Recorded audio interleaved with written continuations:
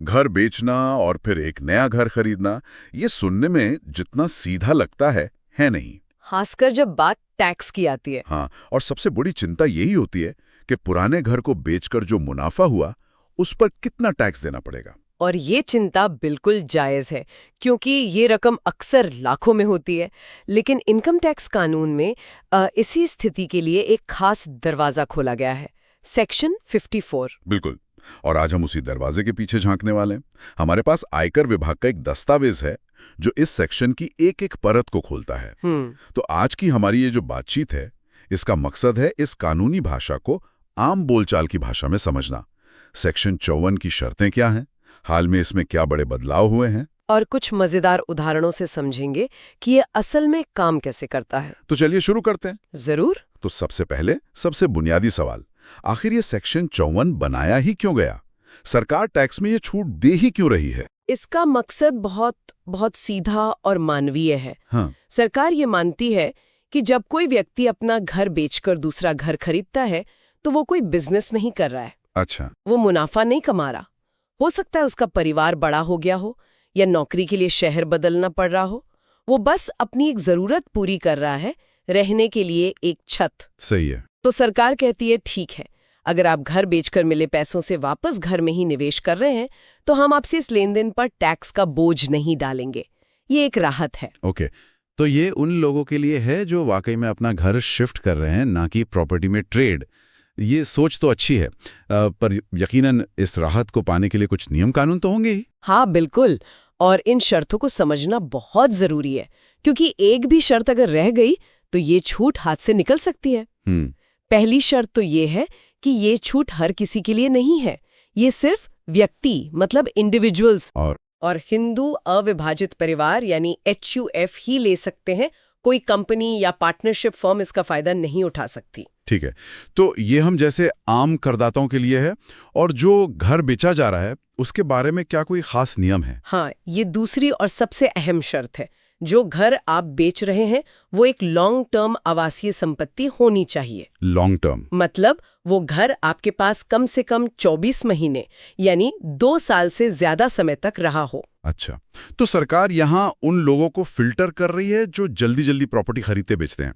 मतलब किसी ने आज एक घर खरीदा और उसे 1 साल में ही बेच दिया, तो उसे सेक्शन 54 का कोई फायदा नहीं मिलेगा। बिल्कुल नहीं। हाँ। हमारे स्रोत में मिस्टर राज का उदाहरण इसी बात को साफ करता है। उन्होंने घर 12 महीने के अंदर ही बेच दिया। उसे शॉर्ट टर्म कैपिटल गेन माना जाएगा और उस पर पूरा टैक्स लगेगा। तो ये 24 महीने की समय सीमा एक लक्ष्मण रेखा है। समझ गया। अब मान लीजिए मेरा पुराना घर लॉन्ग टर्म है, मैंने उसे बेच दिया। अब नया घर खरीदने के लिए मेरे पास कितना समय है? कोई डेडलाइन है? हाँ, और यहाँ पे लोग अक्सर थोड़ा कंफ्यूज हो जाते हैं। कानून आपको काफी लचीलापन देता है। अच्छा। जिस दिन आपने अपना पुराना घर बेचा उस तारीख से आपके पास नया घर खरीदने के लिए पूरे 2 साल का समय होता है। 2 साल? और अगर मैं घर बनवा रहा हूं तो आपको और ज्यादा समय मिलता है, बनवाने के लिए पूरे 3 साल। 2 साल खरीदने के लिए, 3 साल बनवाने के लिए। ये तो साफ है। लेकिन मैंने सुना है कि आप पुराना घर बेचने से पहले भी नया घर खरीद सकते हैं। ये थोड़ा अजीब नहीं लगता? हाँ, सुनने में थोड़ा उल्टा लगता है, लेकिन ये सच है। कानून कहता है कि आप पुराना घर बेचने की तारीख से 1 साल पहले तक भी अगर कोई नया घर खरीदते हैं तो भी आप उस पे छूट का दावा कर सकते हैं। 1 मिनट, ये तो बड़ा दिलचस्प है। मतलब मुझे लग रहा है कि अगले कुछ महीनों में मुझे अपना घर बेचना पड़ेगा। हाँ। और आज एक अच्छी डील मिल रहे हैं, तो मैं आज नया घर खरीद सकता हूँ और फिर 6 महीने बाद अपना पुराना घर बेचकर उस नए घर पे टैक्स छूट ले सकता हूँ। बिल्कुल, आप एकदम सही समझे। कानून इस बात को समझता है कि घर खरीदने बेचने की प्रक्रिया हमेशा सीधी नहीं चलती।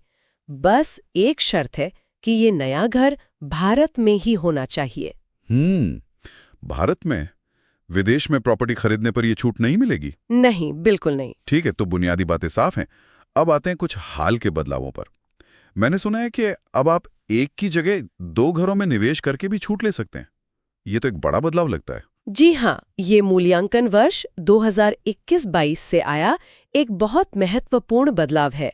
सरकार ने छोटे निवेशकों को ध्यान में रखकर ये विकल्प दिया। कैसे?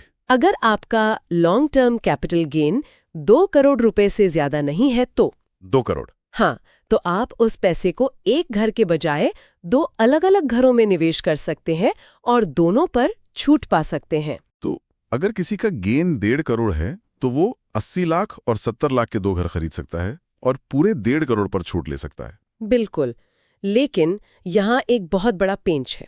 अच्छा, ये विकल्प आप अपनी पूरी जिंदगी में सिर्फ एक बार इस्तेमाल कर सकते हैं। ये एक वन टाइम मौका है। ओहो, तो ये कोई गोल्डन टिकट जैसा है जिसे बहुत सोच समझकर इस्तेमाल करना होगा। बिल्कुल, जैसे हमारे स्रोत में मिस्टर चोपड़ा का उदाहरण है। उनका कैपिटल गेन 1 करोड़ रुपए था, 2 करोड़ की सीमा के अंदर। उन्होंने उस पैसे से 2 छोटे-छोटे फ्लैट खरीद लिए, उन्हें छूट मिल गई।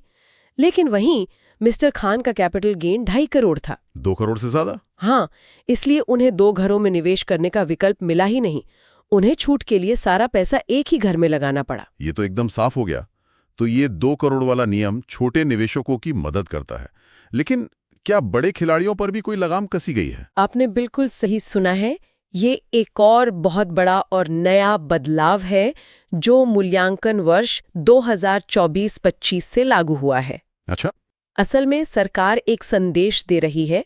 वो कह रही है कि हम आम आदमी को घर बदलने में मदद करना चाहते हैं, लेकिन हम ये नहीं चाहते कि लोग इस छूट का इस्तेमाल करके 20-25 करोड़ के महल खरीदें और बिल्कुल टैक्स ना दें। तो सरकार ने किया क्या है? उन्होंने निवेश पर 10 करोड़ रुपए की एक ऊपरी सीमा या एक कैप लगा दी है। 10 करोड़ की कैप? हाँ, नियम यह है कि अगर आप जो नया घर खरीद रहे हैं उसकी लागत 10 करोड़ से ज्यादा है तो भी टैक्स छूट की गणना के लिए आपकी निवेश की रकम ज्यादा से ज्यादा 10 करोड़ ही मानी जाएगी। मतलब ये एक तरह का अप्रत्यक्ष लग्जरी टैक्स है। एक उदाहरण से समझाइए। मान लीजिए मिस्टर आमिर ने पुराना घर बेचा और उन्हें 13 करोड़ का कैपिटल गेन हुआ। ठीक है। उन्होंने उस पैसे से 14 करोड़ का एक नया आलीशान घर खरीदा। अब पुराने नियमों के हिसाब से उन्हें पूरे 13 करोड़ पर छूट मिल जाती, क्योंकि उन्होंने गेन से ज्यादा निवेश किया। सही, लेकिन इस नए नियम के तहत भले ही उन्होंने 14 करोड़ निवेश किए, छूट की गणना के लिए उनकी निवेश राशि सिर्फ 10 करोड़ रुपए ही मानी जाएगी। तो 13 करोड़ के गेन में से उन्हें 10 करोड़ की छूट मिलेगी और बाकी बचे 3 करोड़ पर उन्हें टैक्स देना होगा। अच्छा, तो अब ये छूट अनलिमिटेड नहीं रही। ये बहुत बड़ा बदलाव है। चलिए अब गणना पर आते हैं। असल में छूट मिलेगी कितनी, इसका फॉर्मूला क्या है? इसका फॉर्मूला बहुत ही आसान है। आपको बस 2 चीजों की तुलना करनी है। कौन सी 2 चीजें? एक, आपको पुराना घर बेचने से कुल कैपिटल गेन कितना हुआ, और 2, आपने नए घर में कुल कितना पैसा लगाया। ठीक है। इन दोनों में से जो भी रकम कम होगी उतनी ही आपको छूट मिलेगी, whichever is lower। ठीक है। तो मान लीजिए मिस्टर राजा को घर बेचने पर 1 लाख रुपए का गेन हुआ और उन्होंने 80,000 रुपए का एक नया घर खरीदा। इस केस में गेन है 1 लाख और निवेश है 80,000। दोनों में 80,000 कम है, तो मिस्टर राजा को 80,000 रुपए की छूट मिल जाएगी। बाकी के 20,000 पर उन्हें टैक्स देना होगा। और अगर मामला उल्टा हो, जैसे मिस्टर कपूर को भी 1 लाख का ही गेन हुआ लेकिन उन्होंने घर 1,20,000 का खरीदा। यहाँ पर गेन है 1 लाख और निवेश है 1.20 लाख। दोनों में 1 लाख कम है। तो मिस्टर कपूर को पूरे 1 लाख रुपए की छूट मिल जाएगी। उनका टैक्सेबल गेन 0 हो जाएगा। सीधा सा हिसाब है। ये तो समझ आ गया, लेकिन अब एक बहुत ही व्यावहारिक सवाल।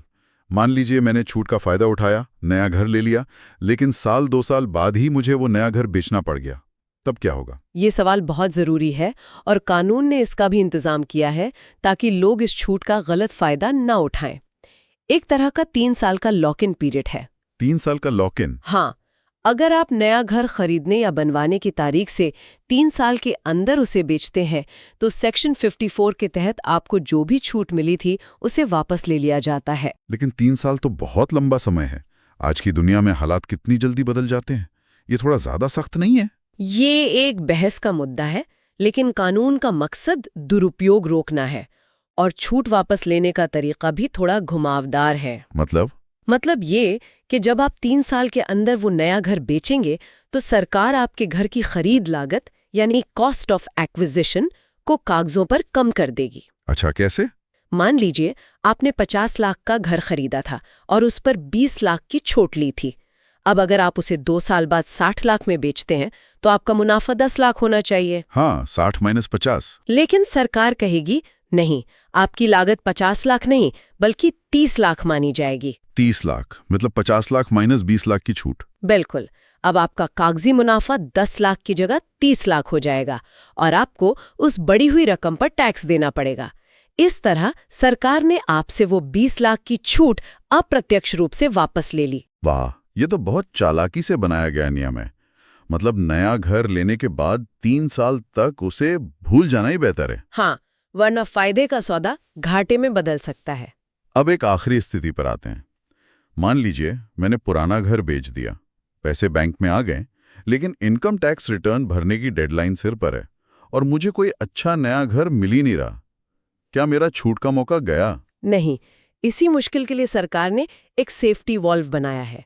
इसे capital gains deposit account scheme या CGAS कहते हैं। CGS? हाँ, ये एक तरह का पार्किंग स्लॉट है। आप अपने कैपिटल गेन के पैसे को टैक्स रिटर्न भरने तक यहाँ सुरक्षित पार्क कर सकते हैं। अच्छा, तो ये एक अस्थायी पार्किंग है और ये काम कैसे करती है? आपको बस इनकम टैक्स रिटर्न भरने की आखिरी तारीख से पहले अपने कैपिटल गेन की रकम को किसी भी सरकारी बैंक में इस खास स्कीम के तहत जमा करना है। उस जमा की रसीद दिखाकर आप अपने रिटर्न में सेक्शन 54 की छूट का दावा कर सकते हैं, पर यह वादा करना होगा कि आप इस पैसे को पार्किंग से निकालकर तय समय के अंदर घर खरीदने में ही इस्तेमाल करेंगे। और अगर कोई डेडलाइन चूक गया, मतलब 31 जुलाई निकल गई और पैसा अगस्त में जमा किया, तो खेल खत्म। स्रोत में मिस्टर विपुल का उदाहरण है, जिन्होंने यही गलती की और छूट का हक खो दिया। डेडलाइन यहाँ बहुत सख्त है। और अगर पैसा पार्क तो कर दिया पर 3 साल तक इस्तेमाल ही नहीं किया, तो जिस साल आपके 3 साल पूरे होंगे उस साल बैंक में पड़ी वो पूरी रकम आपकी long term capital gain income मान ली जाएगी और इस पर आपको टैक्स देना होगा। और सबसे मजेदार सवाल, अगर किसी ने स्कीम से पैसे निकाले घर के नाम पर, लेकिन उससे एक नई कार खरीद ली। हाँ, ये क्लासिक केस है। अगर आप उस पैसे का कहीं और इस्तेमाल करते हैं तो जिस साल आपने वो पैसा निकाला और गलत इस्तेमाल किया, उसी साल वो रकम आपकी टैक्सेबल इनकम बन जाएगी। आज की हमारी इस गहरी पड़ताल का सार ये है कि सेक्शन 54 एक वरदान है, लेकिन ये कई शर्तों और नियमों की परतों में लिपटा हुआ है। चाहे वो 24 महीने की होल्डिंग हो, 3 साल का लॉक इन हो, या 2 करोड़ पर 2 घरों का वो गोल्डन टिकट हो, या फिर 10 करोड़ की नई सीमा। बिल्कुल। और CGS की जो व्यवस्था है वो दिखाती है कि योजना बना के चलना कितना जरूरी है। ये अब सिर्फ घर बेचने और खरीदने का मामला नहीं रहा, ये एक पूरी वित्तीय योजना का हिस्सा बन गया है। और ये सब मुझे एक बड़े सवाल पर सोचने को मजबूर करता है। सेक्शन 54, जिसका मूल उद्देश्य कितना सरल था कि एक आम इंसान को घर बदलने में टैक्स का बोझ महसूस न हो, लेकिन आज इतने सारे नियमों, समय सीमाओं और शर्तों के साथ क्या ये अपने मूल उद्देश्य से दूर जा रहा है? क्या इसका लाभ उठाने के लिए अब एक आम आदमी को किसी टैक्स एक्सपर्ट जितनी ही योजना बनानी पड़ती है? कहीं नियमों की जटिलता इस सेक्शन की मूल भावना पर ही हावी तो नहीं हो रही? इस पर सोचिएगा जरूर।